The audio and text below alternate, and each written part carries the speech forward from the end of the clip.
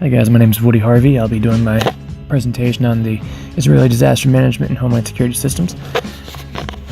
Israel as a nation state was formed in 1948 following World War II. They were formed based on the idea that all Jews were meant to return home to the traditional Israel homeland, but shortly after that they were invaded, and they've been in war pretty much the entire time they've been created. They've dealt with numerous terrorist attacks from the PLO, and everyone, it's a citizen there has been affected by war in some way or another.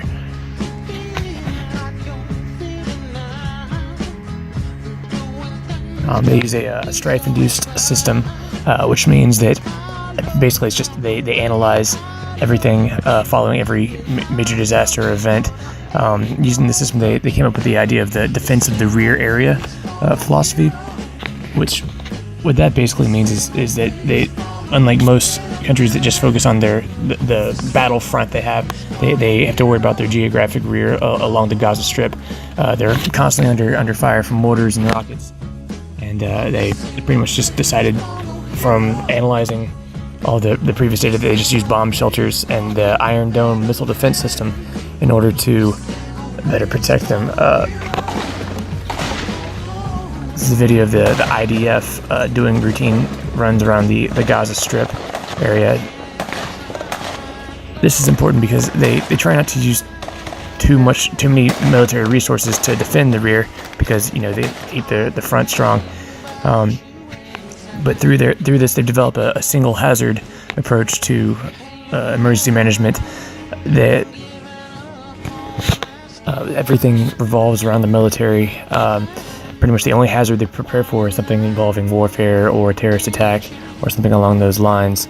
So everything is just completely centered around the military. In the 1990s, they actually came up with the Home Front Command, which was the first government organization they tasked them with creating organized plans for all types of emergencies and also for taking care of civilians.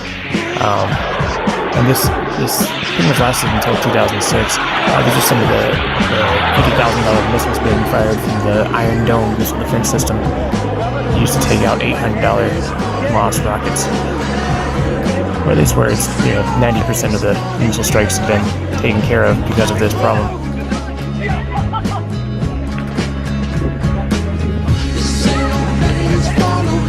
Following the Second Lebanon War, the primary authority for emergency management was Rachel, which is an acronym for a word that I'm not going to even try to pronounce. Pretty much the Israeli defense forces they weren't taking care of civilians. They were primarily taking care of military problems. They're not designed to overrule anything, but they're designed to coordinate all of the ministries and offices and services provided. And like I said, they're not an actual governing body. They set all the pieces in place and they coordinate everything. And it attempts to curb the power of the military, just so that everything's not military based. There's something primarily focused on citizens. Now, the one problem that Israel has is anytime there's any sort of non-military disaster, they're not prepared. In December of 2010, a big fire broke out on Mount Carmel, and it lasted for 82 hours. Only 41 prison service members were killed in one tragic bus crash, but unfortunately they couldn't put anything out by themselves, so they needed international aid from everybody. Even Turkey sent over planes and firefighters, which just goes to show you how desperate they were. But I mean, they just had to get the fire out, and they had no way to do it themselves. To wrap everything up, guys, Israel's more than capable of handling disasters as far as taking care of their citizens. They can get everybody out and just fine, but they're still vulnerable to anything natural that they just don't have the resources to handle. But I hope you enjoyed it, guys.